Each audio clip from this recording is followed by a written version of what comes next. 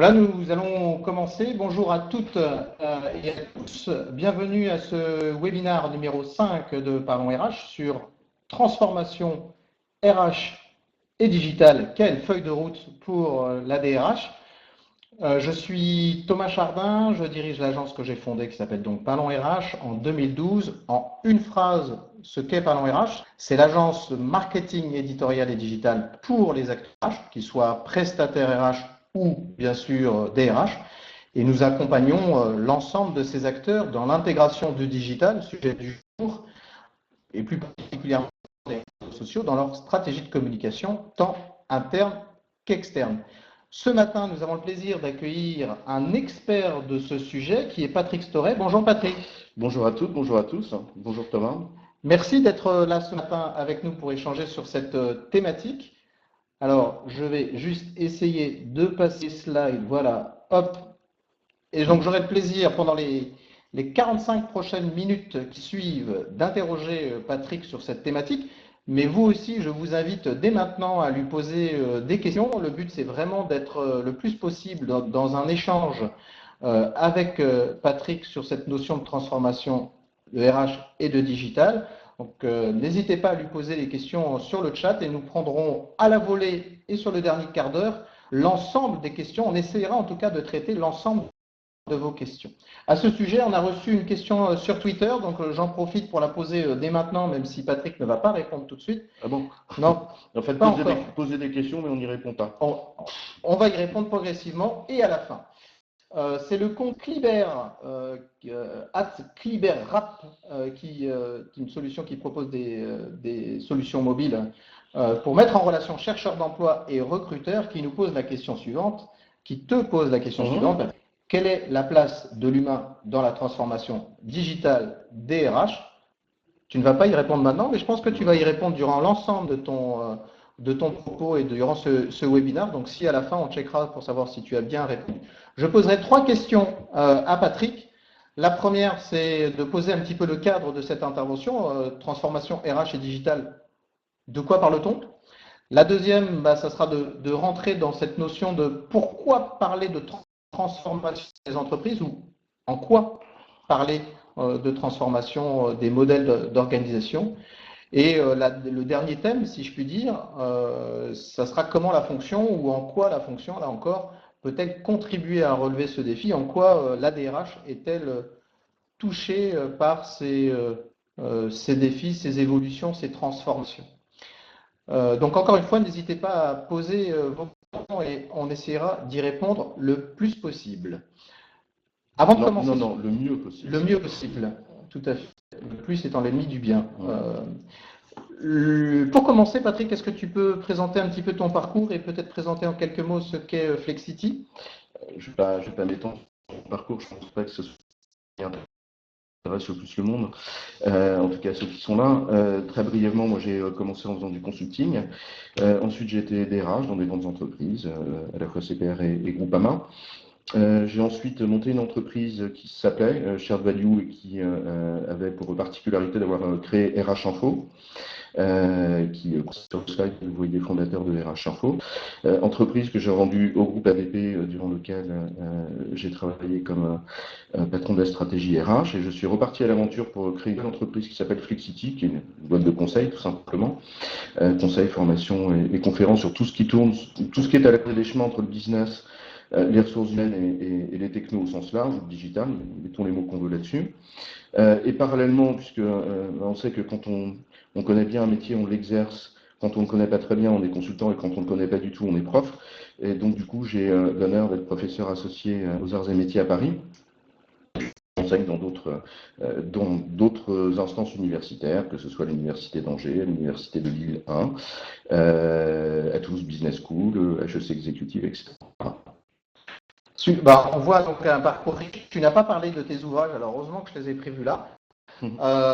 Patrick est l'auteur de nombreux ouvrages, alors vous ne les pas tous, mais il y en a, j'ai même pas pu les prendre tous. Le dernier en date, c'est celui-là, celui que vous voyez affiché, ce qui explique sa présence ce matin, au-delà de son parcours riche, tant en termes de consultant, d'opérationnel, de praticien de la fonction, que de professeur. Ça donne une forme je vais dire, d'autorité, en tout cas de légitimité, pour échanger avec nous ce matin sur cette thématique. Et je commencerai donc par la première question, mais au fait, de quoi parle-t-on quand on parle de transformation, de digital et de ressources humaines? Ouais, je veux venir sur 2 ou 3 points. Je trouve que notre époque est quand même terriblement caractérisée par beaucoup de jeux de mots. J'avais fait un papier il y a quelques années, il y a 2, 3 ans, je crois, quelque chose comme ça, qui soulignait le fait que le changement était désormais un peu ringard et qu'on avait remplacé le mot changement par le mot transformation, et je prenais remplacer la transformation par la métamorphose. Et ça n'a pas manqué, c'est arrivé. Et je crois qu'à force de jouer avec les mots, on reste en surface et on ne cherche plus à résoudre des problèmes. Il y a beaucoup de buzz autour de tout ça. L'engagement a remplacé la motivation, le digital a remplacé l'informatique. J'ai un peu l'impression c'est à l'image un peu des caméras de vidéosurveillance qui deviennent des caméras de vidéoprotection. C'est-à-dire que derrière tout ça, il y a d'un côté un mouvement qui consiste à il y a un certain nombre de problèmes à résoudre et il y a des gens qui surfent sur ces problèmes à résoudre parce que c'est des opportunités de business. Et ça, en soi, je ne trouve pas ça très intéressant. Et puis, il y a des véritables problèmes à résoudre. Or, je pense que c'est dans la clarification des termes que l'on comprend les véritables problèmes à résoudre. L'enjeu, ce n'est pas la transformation digitale de la fonction ressources humaines. Et c'est d'ailleurs pour ça que j'ai mis une virgule dans le titre. Il y a des enjeux de transformation qui ont des conséquences sur la fonction ressources humaines, et le digital est très certainement l'un des leviers sur lesquels la fonction RH peut s'appuyer pour faire ceci. Alors je vois, parcours sans arrêt, vous êtes un chanceux. Oui, c'est gentil de dire ça, c'est très juste. Il y a certainement beaucoup de chance dans tout ça. Et surtout, la chance d'être au bon endroit au bon moment. Et l'entreprise est vraiment le fait des hommes. Je ne doute pas un instant de la... Oui, votre propos est tout à fait juste. Une entreprise, c'est une aventure humaine. Alors, si on peut juste sur la définition de ce cadre, au-delà des mots. Alors, au-delà des mots, quand on est dans des périodes, un certain nombre de difficultés, en tout cas des problèmes à résoudre, et qui sont des problèmes qui relèvent de...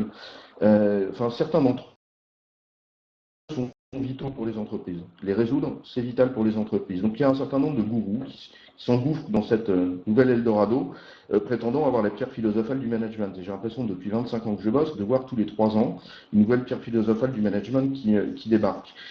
Et je trouve ça très dangereux parce que ça a un peu tendance à nous affranchir des efforts comme ceux-ci sont vitaux. Je fais une remarque de Jocelyne, les femmes. Il suffisait de mettre un H, mais je suis là, mais ça résolvait le problème. Oui, je suis d'accord. En fait, ce qu'il faut essayer de faire, c'est d'essayer de comprendre la réalité des problèmes auxquels on est confronté. Et ça exige un petit peu d'hygiène du raisonnement, je trouve. Manifestement, il y a Julie qui ne pas bien. Je vais essayer de parler plus fort. Je ne sais pas si ça va résoudre le problème, Julie. Et donc, je disais, face à ces problèmes auxquels nous sommes confrontés, il y a nécessité de faire un effort de compréhension, de rentrer dans le fond des choses pour essayer de trouver des solutions et non pas de s'appuyer sur des modèles un peu tout faits. Alors, dans ces pierres philosophales, il y a tout un tas d'expérimentations qui se lancent. Le débat un peu polémique sur l'entreprise libérée en est très certainement une des plus grandes illustrations. Alors qu'il y a des choses intéressantes là-dedans, bien évidemment, mais ça n'est pas non plus une pierre philosophale. Et donc, l'objet du bouquin, finalement, et qui m'intéresse autour de ce thème de la transformation, c'est d'essayer de comprendre quelles sont les véritables raisons qui font que les entreprises ont besoin de cela, et de quoi parle-t-on, on va le voir après. En quoi ceci concerne la fonction ressources humaines et quel rôle elle peut jouer là-dedans, et en quoi le digital est-il un levier qui permet à la fonction ressources humaines de réussir sa mission qui est de contribuer à la transformation des entreprises. Donc par rapport à la question qui a été posée tout à l'heure là, en intro par Thomas, sur la place de l'humain dans la transformation digitale de la fonction RH, je vais aller plus loin, je veux dire que toute question de transformation touche inévitablement au système de représentation des gens, au système de représentation individuelle, au système de représentation collective, ça touche à la culture et par conséquent, c'est une problématique d'ordre humain avant toute chose. On sait que le digital, et c'est ça le discours mainstream qu'on entend aujourd'hui, grâce au digital, nous allons vivre dans des entreprises où tout d'un coup la coopération règne en maître de façon naturelle, où tout d'un coup la collégialité de la prise de décision de façon ultra collaborative va remplacer la verticalité de nos systèmes de prise de décision dans un ancien monde, et on essaye de nous faire croire que grâce au digital, on va passer d'un vilain monde 1.0 où le maître mot était la productivité, un joli monde dans lequel les gens sont tous beaux, intelligents et gentils, un monde 2.0 où règne la coopération. Je crois que c'est une représentation des choses qui est, c'est même pas une utopie, c'est faux. On le verra après, le sujet n'est pas là. La transformation, c'est quelque chose de très différent. Et fondamentalement, les enjeux qui sont derrière, les leviers sur lesquels il faut s'appuyer, sont d'abord des leviers humains avant d'être des leviers technologiques. La technologie est un des facteurs sur lesquels on peut revenir, mais ce n'est pas le seul. Mais voilà, pas uniquement, et justement, ça nous fait. Voilà, elle ne se dit pas elle-même. Voilà, alors, encore une fois, n'hésitez pas à poser des questions. Hein, c'est les vidéos. Tiens, non, c'est des problèmes. Oui, non, mais sujets. Est-ce que Thomas est dans un endroit où la bande passante n'est pas très bonne? C'est aussi non, chez moi. Je ne peux pas laisser Patrick dire ça, donc n'hésitez pas à poser vos questions. Si vous avez des problèmes de son, n'inquiétez pas, il y a des personnes qui vous répondront, notamment Ferrat, qui a en charge l'ensemble des aspects techniques de ce webinaire. Et je le remercie. Alors, tu as fait une transition, juste on prendra bien ces questions-là. Il y a un commentaire qui est vachement sympa, et je crois savoir qui c'est, donc je le salue. Bon. Alors, tu disais justement, on va en parler, au-delà des discours mainstream, pourquoi parle-t-on de transformation des entreprises ou des modèles d'organisation? Je vais repartir de la crise de 2008. Et de quelque chose de très simple. Nos pays ne sont plus compétitifs. Le fond de la question de la transformation est là. C'est-à-dire que dans un contexte économique mondial où l'intensité concurrentielle a augmenté de façon drastique depuis années, dans lesquelles effectivement la compétition par les coûts sur lesquels on s'est appuyé pendant des décennies pour assurer la croissance de nos industries, ça devient insuffisant pour pouvoir créer de la valeur dans la durée. Et bien on est confronté à une difficulté de compétitivité. C'est quoi le schéma sur lequel on s'est appuyé pendant des années? On a mis en série deux exigences. Une exigence de productivité, c'est-à-dire faire en sorte d'être rentable, c'est-à-dire exploiter un atout compétitif que l'on a à l'instant T, et essayer de le rentabiliser par renouveler ses avantages compétitifs en faisant de l'innovation, plutôt de l'innovation en termes de produits et services, et un petit peu sous une forme de cycle, si j'ose dire, c'est-à-dire qu'on commence par innover, puis on met dans un cycle de productivité.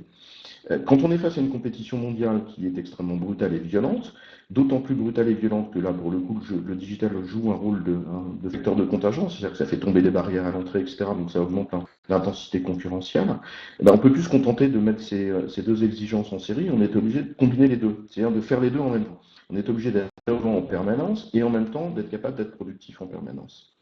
Or, la difficulté, c'est qu'on connaît assez bien les modèles d'organisation qui permettent de servir l'une ou l'autre de ces deux exigences. On a un modèle qu'on connaît par cœur, dérivé du taylorisme, qui sert à fabriquer de la productivité. Et parallèlement à ça, on a un modèle qu'on trouve inspiré du management des connaissances et qui est plutôt le modèle de la start-up, le mode projet, le fonctionnement plus horizontal que vertical, etc. Et qui favorise plutôt l'innovation. La difficulté, c'est que s'il faut combiner ces deux exigences, on a deux modèles un petit peu antagonistes qui sont difficiles à combiner. Le modèle taylorien sur lequel on s'appuie, le modèle industriel sur lequel on s'appuie quand même et qui règne encore dans beaucoup de nos entreprises, montre ses limites sur deux points. D'abord, ses limites à servir les exigences de business que nous avons pour soutenir cette compétitivité. Et puis en même temps, il y a une deuxième limite qu'on observe, et ça se retrouve au travers de toutes les enquêtes sur le désengagement des collaborateurs, c'est que ça a des effets pathogènes sur les gens. Pourquoi? Parce qu'ils sont confrontés à la réalité des situations et que l'inadaptation d'un modèle unique face à la réalité des situations crée des grincements sur le terrain. Parce que les gens essayent de répondre aux problèmes. Alors en fait, derrière tout ça, je pense qu'il n'y a pas grand-chose de nouveau, si ce n'est que c'est un petit peu plus urgent ou un peu plus vital qu'auparavant, tout simplement parce que le contexte est plus dur. Au fond, toute organisation humaine qui est mise en situation de compétition, elle a deux exigences de fond. Une exigence qui est d'être efficace à court terme et d'être capable de se renouveler en permanence. Fondamentalement, c'est quoi? C'est la capacité d'adaptation permanente d'une entreprise, sauf que celle-ci, on est obligé aujourd'hui de le faire de façon beaucoup plus fréquente, plus rapide, quasiment en temps réel. Le mot qu'on peut mettre derrière tout ça, ça a pris de multiples formes dans le management depuis 30 ans. Les organisations apprenantes, même les cercles qualité, à un certain moment, ça poursuivait cette même finalité. Le knowledge management, et aujourd'hui, le digital embarque ce flambeau-là aussi. En fait, derrière, on a une notion simple, c'est que cette capacité d'une organisation à la réalité des situations auxquelles elle est confrontée, ça s'appelle l'intelligence collective. Et l'intelligence collective, ça n'est pas un enjeu technologique. La technologie joue un rôle déterminant, ça ne fait pas l'ombre d'un doute, mais c'est un enjeu qui est par nature humain. Voilà, il y a plein de questions. J'ai beaucoup de mal à les lire en même temps. En France, c'est vrai, difficulté relationnelle évoquée une réalité. Dans d'autres pays, l'esprit jeu collectif est souvent absent, l'individu est souvent préféré au groupe. Oui, enfin en France aussi. C'est possible que le développement des technologies mais qui n'est pas une réalité. Oui, je suis d'accord, c'est un mot pour tout, mais qui n'est pas une réalité. Oui, bien sûr. Je partage le point de vue de Christophe. Manager digital, bonne lecture, avec plaisir. Et Happy RH, voilà, je ne l'ai pas lu, mais je me méfie beaucoup du Be Happy. Justement, ça fait une transition aussi sur la suite, parce que dans le Be Happy, on est sur un mode d'organisation. C'est un peu dans le Be Happy, le Happy RH, on est un peu dans les travers que tu évoquais en introduction. C'est-à-dire que c'est un mode d'organisation un peu utopique, développé par certains parfois consultants, qui développent une forme qui répond bien à une forme d'aspiration, et une forme pas de réalité, mais une forme d'aspiration, mais qui, dans les faits, accroît l'aspect pathogène que tu évoquais et ne répond pas à la problématique de conciliation des deux modèles. Et puis je pense qu'il y a des confusions. Enfin, de la même manière que dans tout ce qui se développe autour de l'entreprise libérée, et je ne dis pas que toutes les entreprises qui adoptent une approche qui s'inspire de l'entreprise libérée font ça, loin de là. Il y en a qui font les choses avec intelligence. La confusion entre liberté et autonomie, c'est quand même du niveau de troisième. Ça me fait penser aux ados qui me disent, moi quand j'ai 18 ans, je me tire. Ouais, c'est ça, ouais. Tu reviendras 3 jours après. C'est pas le même sujet. Et quand on a ce mouvement qui consiste à dire soyez heureux sous forme d'une injonction, c'est-à-dire qu'il va falloir rendre les gens heureux. On peut être assez proche aussi d'une certaine forme de dictature, c'est-à-dire que on rend pas les gens les deux caractéristiques du bonheur. Il y a deux grands courants de pensée sur le bonheur au sens large. Il y a un courant qui s'inspire de Épictète, de stoïcisme, un peu le bouddhisme, etc. Psychologie positive, si on caricature un peu brutalement, c'est un courant qui dit on peut être heureux en toute situation, parce que le bonheur n'est pas ce qui vous arrive, le bonheur c'est pas ce qui vous arrive, c'est le regard que vous portez dessus. Ok. Mais au fond, moi je crois que dans certaines situations, je pense que ça n'est pas possible. Et parallèlement à ça, si on admet l'idée qui a été défendue quand même par pas mal de philosophes, que les deux caractéristiques du bonheur, c'est d'être totalement personnel et d'être indéterminé, c'est-à-dire qu'on ne peut pas déterminer les caractéristiques qui font le bonheur de quelqu'un, et c'est quelque chose de totalement subjectif, c'est-à-dire lié au sujet. Alors dans cette idée de rendre heureux, il y a une injonction que je trouve un peu délicate. En revanche, il faut créer les conditions d'expression du bonheur de chacun. Et ça, dans l'entreprise, ça renvoie à un thème, de mon point de vue, qui est, quel est le projet collectif auquel les gens peuvent s'identifier, parce que c'est ça qui donne sens aux efforts qu'ils produisent au quotidien. Et deuxièmement, un besoin de réalisation qu'on connaît tous, c'est la question de l'autonomie. Et derrière cette question de la transformation, se pose une question assez simple, qui est celle des modes d'organisation qui permettent de faire preuve d'agilité collective. Eh bien, on ne les connaît pas. Enfin, si on les connaissait, ça fait longtemps qu'on les aurait mis en place. Mais je pense que ça nous renvoie très fondamentalement à la question de l'autonomie. Et donc, on revient sur les fondamentaux du management, c'est-à-dire le triptyque contrôle, autonomie, confiance. Et bien, ça fait une belle transition aussi, la conférence, tout ça. Comment est-ce qu'elle peut contribuer à ce défi, à faire vivre ce triptyque, à éviter de conjuguer à l'impératif soyez heureux, presque aimez-vous les uns les autres dans l'entreprise. Quel est son rôle et en quoi elle doit évoluer? Puisque le titre du webinaire, c'est aussi quelle est sa feuille de route. La fonction RH, elle a deux particularités. La première, c'est que, effectivement, à partir du moment où on veut bien accepter l'idée que ces enjeux de transformation relèvent des habitudes de travail, des représentations que l'on a sur les bons modes d'organisation, relèvent de la culture, c'est un sujet qui est profondément humain, bien sûr. Donc on veut bien accepter l'idée que la fonction ressources humaines devrait naturellement jouer un rôle déterminatoire. Première caractéristique, elle est en charge. Et deuxième caractéristique, c'est une fonction qui, depuis qu'elle existe, est en permanence décriée, au point même que certains s'interrogent sur la pertinence ou la nécessité de son existence. Je voudrais rappeler deux choses de ce point de vue-là. Déjà, dans les années 90, et je renvoie, enfin, il y a plusieurs auteurs qui ont traité ça, dès les années 90, la fonction RH, elle était attendue sur le terrain de l'organisation, et tout le sujet de la transformation, c'est le terrain de l'organisation. Donc il n'y a pas grand-chose de nouveau de ce point de vue-là. La fonction RH, de toute façon, sera toujours critiquée pour une raison simple, c'est qu'elle est dépositaire des paradoxes de l'humain. Disons d'autres termes, cette question de la coopération, enfin, derrière cette idée de transformation, je vois beaucoup de gens qui nous disent la réponse, c'est la coopération. Mais précisément, non. Le problème, c'est la coopération. Ce n'est pas la solution, la coopération. C'est précisément le problème. C'est-à-dire c'est ce que nous ne savons pas faire, c'est coopérer. Et donc, du coup, je pense que la fonction RH étant considérée comme étant en charge de ce type de sujet, ou en tout cas joue un rôle important là-dedans, elle ne peut être que décriée parce qu'elle est dépositaire, en fait, des paradoxes que l'humain ne sait pas résoudre. C'est elle la garante de la coopération, non? C'est elle qui doit mettre en œuvre. Elle n'est pas garante de la coopération, je pense pas. Non, mais ou en tout cas, d'inciter, de faciliter. Elle doit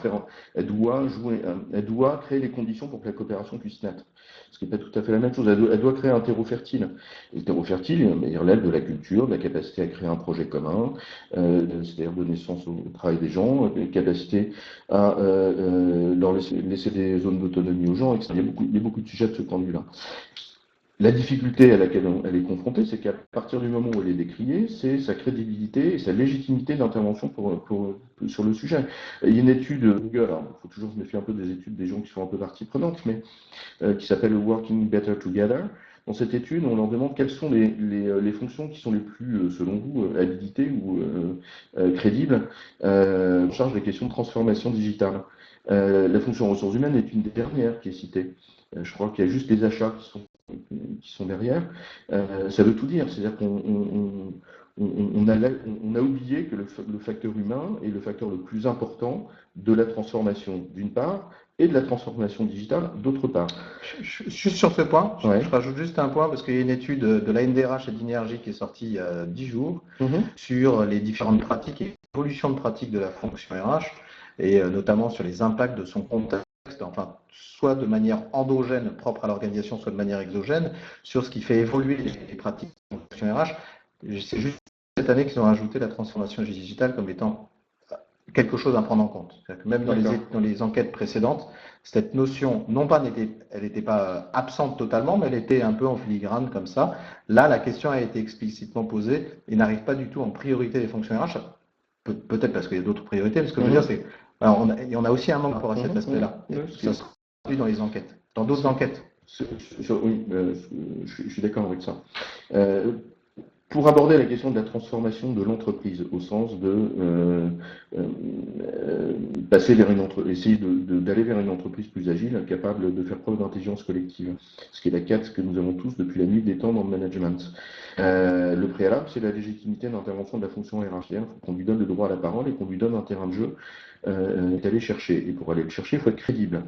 Donc il y a un préalable qui est de donner des gages là où on l'attend. Et ça, il y a quand même le socle de la fonction qui est quand même un peu constitué de missions qui ne sont pas forcément très sexy et qui ne font pas le buzz, mais enfin qui font quand même la réalité de la vie quotidienne des directions des ressources humaines et il ne faudrait juste pas l'oublier. À supposer que... Tu penses à quoi quand tu dis ça en termes de mission? Des missions tout à fait évidentes d'administration du personnel, enfin, il y a du travail en soute, que d'aucuns disent qu'il n'est pas noble, je veux bien l'entendre, mais c'est pas parce qu'il n'est pas noble qu'il ne faut pas le faire. Et si la fonction RH n'est pas irréprochable sur le socle, sur ses missions propres, basiques, je ne sais pas quel est le terme adapté, elle n'aura pas la crédibilité et la légitimité d'intervention sur le reste, alors que le reste est vital. Je suis tout à fait d'accord sur la remarque de comprendre l'autre, permettre de comprendre l'autre, c'est essentiel, on pourra en reprendre. Supposer qu'elle ait réussi à développer sa crédibilité, sa légitimité d'intervention, il y a 2 ou 3 terrains sur lesquels, à mon avis, la fonction RH doit progresser, ou si ce n'est des terrains qu'elle a peut-être un petit peu laissés en jachère depuis des années et sur lesquels elle devrait essayer, en tout cas qu'elle devrait essayer de réinvestir. Le premier, c'est le terrain de l'organisation. Pourquoi? Parce que la question qu'on évoque en matière de transformation est fondamentalement une question qui touche au sujet de l'organisation. Et quand on parle d'autonomie, enfin, l'organisation, c'est quoi? C'est aussi quel est le degré de contrôle qu'on laisse, enfin, quelle est la marge de manœuvre et l'autonomie qu'on laisse aux gens. Donc c'est la question du degré de contrôle et de la confiance. Or, ce terrain de l'organisation est un terrain qui a quand même été très largement laissé d'une part à la finance et d'autre part à la fonction informatique. Ne serait-ce que la gestion des droits et des habilitations dans une application informatique, c'est quelque chose qui crée des territoires numériques et qui est quand même extrêmement lié à la question de l'organisation et qu'on est une des manifestations les plus prosaïques. Donc, première évolution de la fonction, elle doit réinvestir ce champ-là. Deuxième terrain, à mon avis, que la fonction RH doit réinvestir, et notamment sur la question du digital, c'est la perspective. L'une des caractéristiques fondamentales du digital, c'est qu'il est de nature à transformer la manière dont on fait le business. On le voit avec tout un tas de phénomènes comme ceux qu'on a bien voulu qualifier d'uberisation, mais qui sont tout simplement des monopoles qui se cassent la gueule parce qu'il y a des barrières à l'entrée qui tombent, et que la technologie facilite l'accès à ces marchés-là. Là où on attend fondamentalement la fonction RH et où elle ne s'est peut-être pas assez investie, c'est quelles sont fondamentalement les conséquences de cette transformation dans le business auquel l'entreprise doit s'attendre, et quelles conséquences ça a sur les hommes, les compétences dont on a besoin, alors qu'on est dans des phases où il n'est pas possible de prévoir. Et donc passer d'une culture de la prévision, qui est une façon de faire depuis longtemps, à une culture de la prospective, pour essayer d'imaginer des scénarios, et faire preuve d'adaptation en fonction de la manière dont la réalité se réalise, si j'ose dire, je pense que c'est un terrain qui est absolument essentiel pour la fonction RH. Dernier point, on en revient à la question du digital.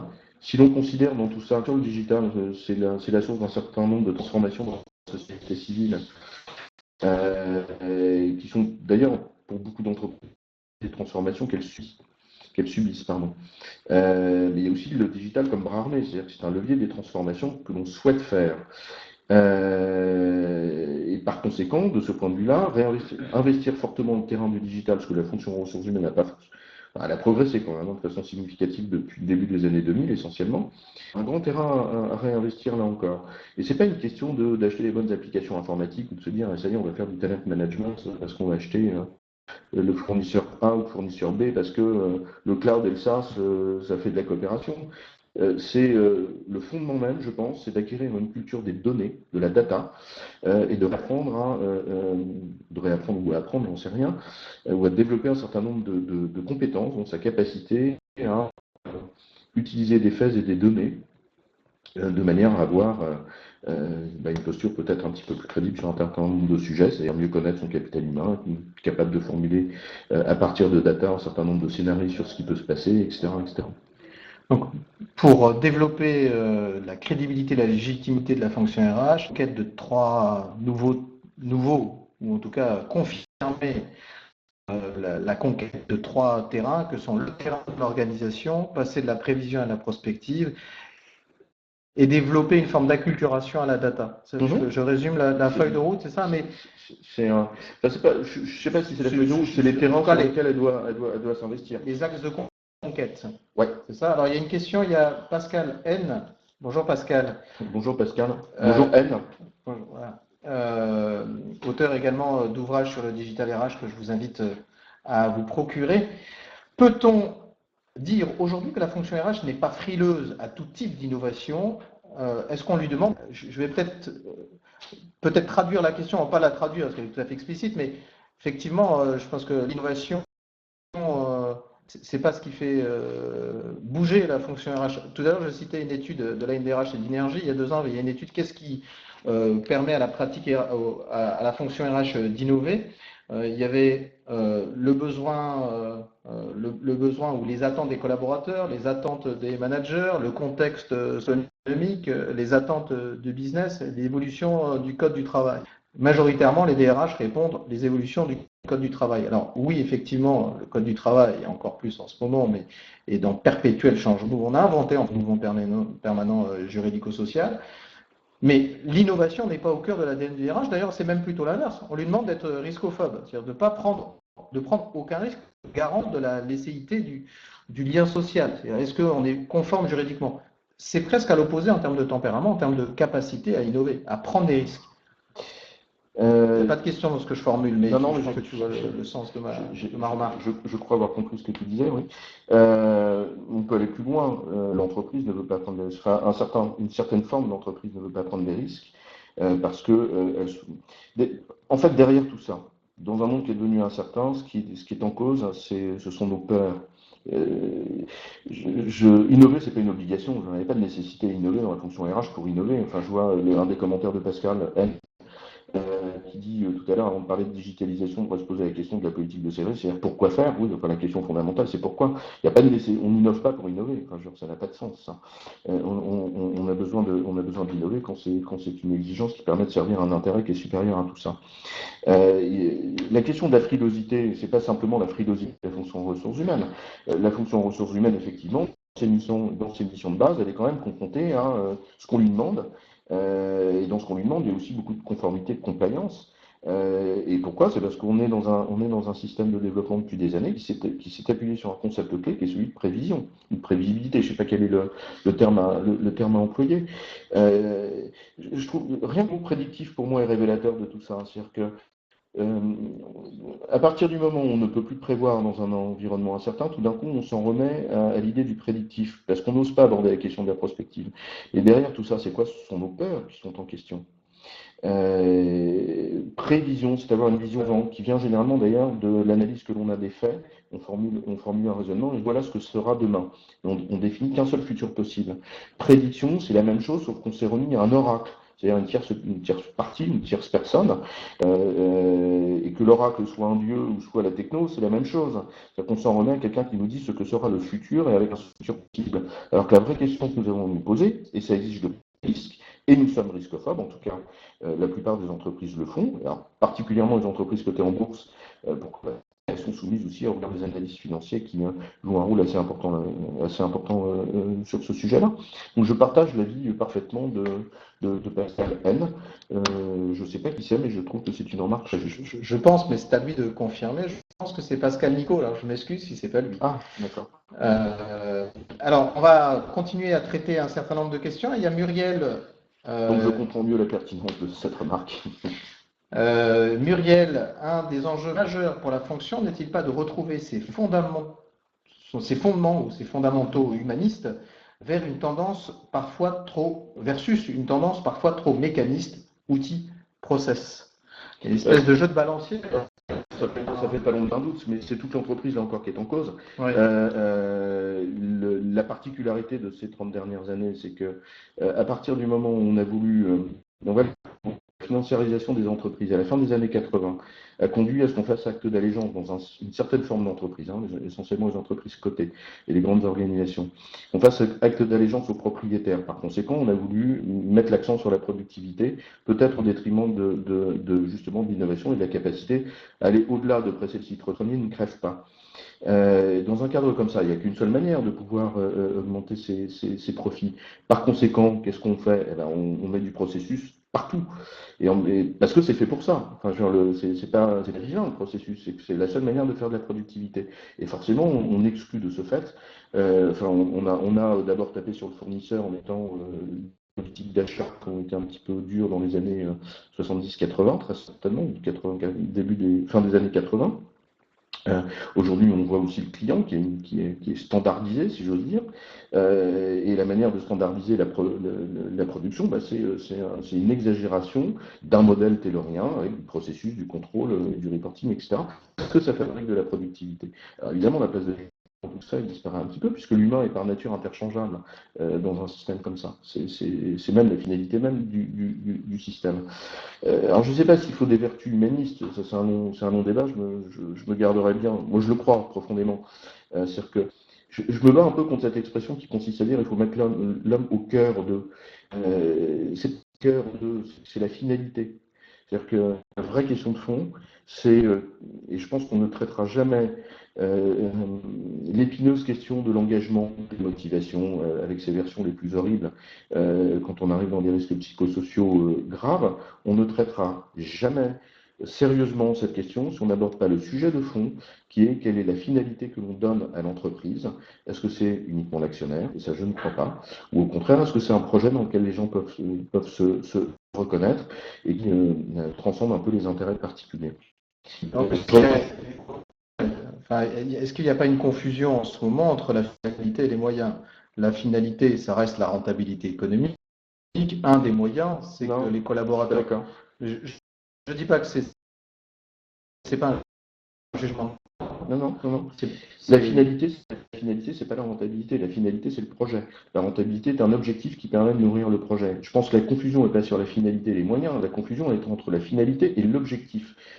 Évidemment que rémunérer l'actionnaire, c'est un objectif, c'est même un objectif impérieux, c'est lui qui prend le risque de la destruction de valeur. Pour autant, ça n'est pas de la finalité du projet. Mais d'ailleurs, juridiquement, ça se retrouve, c'est dans les statuts, il y a bien une raison d'être. Et d'ailleurs, je trouve que de ce point de vue-là, les anglo-saxons font peut-être un coup, parce que quand on fait mission, vision, valeur, c'est pas complètement par hasard. L'entreprise a une raison d'être. Et sa finalité, c'est ça, raison d'être, profit. Faire du profit, c'est un objectif qui permet c'est un objectif qui jalonne la réussite d'une finalité. Et c'est cette confusion-là. Intéressant qu'on fasse un webinaire sur cette thématique. Je reprends. Il y a plein de questions. Il y a évidemment plein de questions. Mais Joaquina pose la question, pensez-vous que les RH doivent et peuvent impulser la transformation digitale en entreprise? Est-ce qu'ils doivent le faire? Est-ce qu'ils ont le... Souvent, il y a une question sur qui doit prendre le lead, qui doit avoir un rôle là-dessus, et quel est finalement, est-ce qu'ils doivent le faire? Et après, est-ce qu'ils peuvent le faire? Est-ce qu'ils doivent le faire? Pas l'ombre d'un doute que oui. Et cette impulsion, pour moi, prend un certain nombre d'étapes qui sont les suivantes. La première, c'est de faire prendre conscience, si ça n'est pas déjà le cas, faire prendre conscience à tous les décideurs des conséquences potentielles du digital. C'est-à-dire jusqu'où ceci va-t-il? C'est peut-être même aller jusqu'à l'hygiène du raisonnement. Quand une compagnie d'assurance fait du big data, elle questionne son modèle fondamental d'assurance, c'est-à-dire de mutualisation des risques en allant. Je suis d'accord. Patrice, il nous reste 7 minutes. D'accord. Je suis désolé, je te coupe, comme ça je vais te poser quelques questions et on en reprendra aussi ici. Ok, je finis juste très vite sur D'accord, pardon. Quand même. Excusez-moi. La velléité à vouloir traiter les réponses, finalement, on oublie les questions. Enfin, à traiter les questions, on oublie les réponses. Je m'excuse. Pas les questions qui sont en bas, sont les réponses. Oui, la fonction RH a un rôle déterminant à jouer de ce point de vue-là, parce que c'est un rôle de l'ensemble des acteurs jusqu'à l'hygiène du raisonnement, qui consiste à bien prendre conscience de ce que sont les comptes digitales.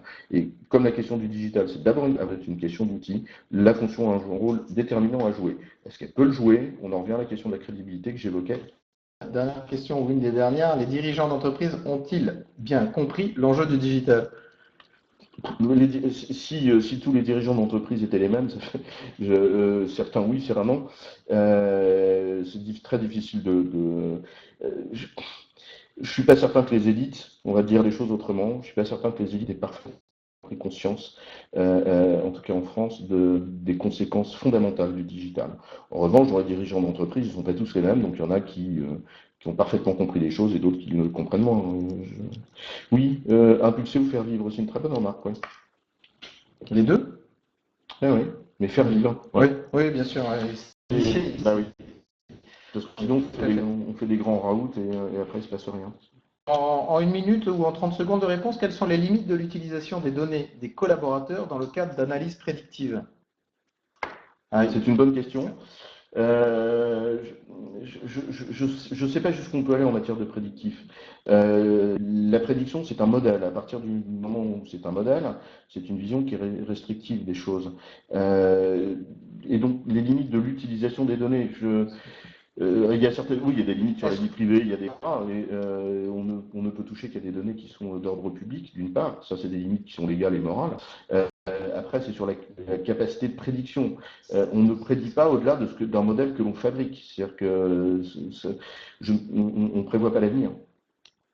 Est-ce qu'on peut anticiper qu'un collaborateur sera moins engagé au regard d'un certain nombre de critères et donc autant s'en séparer dès maintenant? Je ne crois pas à ça. Je crois qu'on peut encadrer des probabilités sur des tendances, mais on ne peut pas prévoir ni prédire. Alors, il nous reste juste 4 minutes pour terminer. On termine toujours les webinaires Parlons RH. Alors, je m'excuse auprès de tous ceux qui nous posent des questions et on n'a pas pu, on ne pourra pas toutes les traiter. Il y avait des remarques fort pertinentes. Toujours très difficile de répondre à tous. Juste pour terminer, Patrick, d'abord, merci beaucoup d'avoir été là avec nous ce matin pour traiter de ce sujet. On voit qu'il est riche et transverse.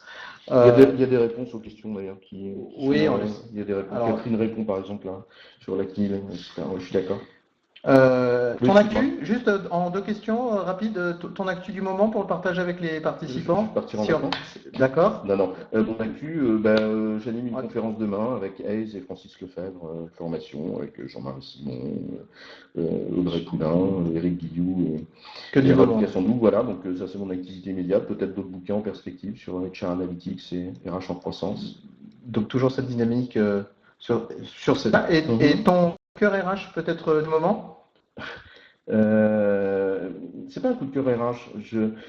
J'ai un coup de cœur en ce moment qui est pour les gens qui font un sourire. Je suis frappé par la capacité que l'on a, et particulièrement en France. Je crois que c'est Cocteau qui disait les Français sont des Italiens qui font la gueule. Et moi, j'ai un véritable coup de cœur pour les gens qui, dans cette morosité ambiante, continuent, malgré les difficultés, à garder un véritable sourire. Alors moi, j'en trouve dans les étudiants que je croise régulièrement. Là, j'en ai vu un passer tout à l'heure, et d'avoir la gentillesse de faire un commentaire sympa. Voilà, les vrais leaders, ce sont ces gens-là, c'est-à-dire les gens qui font pas la gueule, qui sont capables de porter un peu les choses. Voilà mon coup de cœur. Je vous invite à tous poster des smileys dans le chat et nous on vous rend ce sourire-là. Effectivement, le sourire coûte pas grand-chose et vaut beaucoup. Marion à Lille, salut. Voilà, n'hésitez pas nous on vous renvoie vos smileys également, hein, bien sûr, et c'est super sympa. Merci Patrick. Pour ma part, moi je vous donne rendez-vous la semaine prochaine, j'ai pas une main, mais la semaine prochaine. Le mur de leader, c'est super.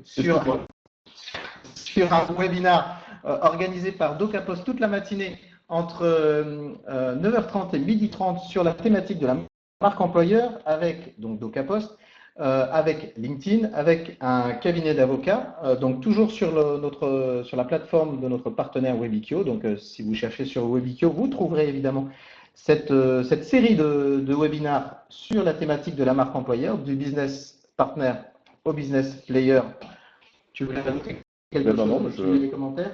Ça me permet de terminer mon propos. Pour la partie webinaire Parlons RH, on en était au 5e. On vous donne rendez-vous à la rentrée. On est en train de travailler avec toute la team Parlons RH à un super programme de webinaire sur la qualité de vie au travail, sur les analytics, big data en RH, sur des sujets plus techniques mais tout aussi importants que sont la déclaration sociale nominative. On parlait des fondamentaux de la fonction, ça en fait partie.